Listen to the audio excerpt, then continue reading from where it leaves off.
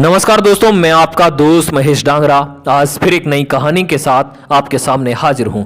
दोस्तों, वन में स्थित एक आश्रम में एक ज्ञानी साधु रहा करते थे।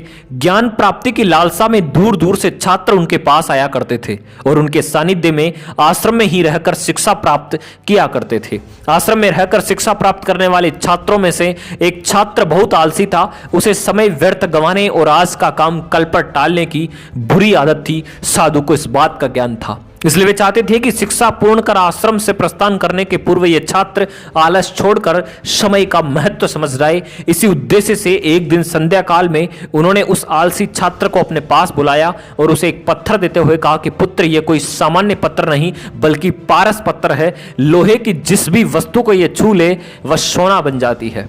मैं तुमसे बहुत प्रसन्न हूं, इसलिए 2 दिनों के लिए ये पारस पत्थर तुम्हें दे रहा हूं। इन 2 दिनों में मैं आश्रम में नहीं रहूंगा। मैं पड़ोसी गांव में रहने वाले अपने एक मित्र के घर जा रहा हूं। जब वापस आऊंगा तब तुमसे ये पारस पत्थर ले लूंगा। उसके पहले जितना चाहो उतना सोना बना लो।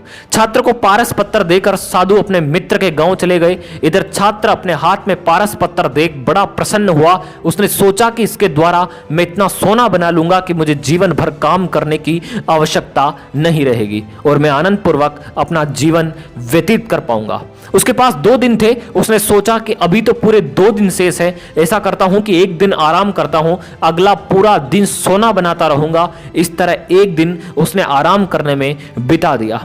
जब दूसरा दिन आया तो उसने सोचा कि आज बाजार जाकर ढेर सारा लोहा ले आऊंगा और पारस पत्थर से छूकर उसे सोना बना दूंगा। लेकिन इस काम में अधिक समय तो लगेगा नहीं, इसलिए पहले भरपेट भोजन करता हूं, फिर सोना बनाने में जुट जाऊंगा। भरपेट भोजन करते ही वह नींद के आगोश में समाने लगा। ऐसे में उसने सोचा कि अभी मेरे पास शाम तक का समय है, कुछ देर सो लेता हूं, जागने के बाद सोना बनाने का काम कर लूंगा। फिर क्या, वह गहरी नींद में सो गया।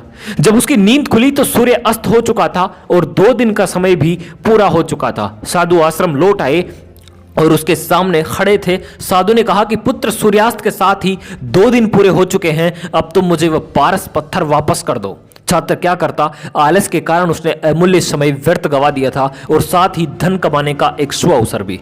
उसे अपनी गलती का एहसास हो चुका था और समय का महत्व भी समझ आ गया। वह पछताने लगा और उसी क्षण निश्चित किया कि अब से वह कभी आलस नहीं करेगा।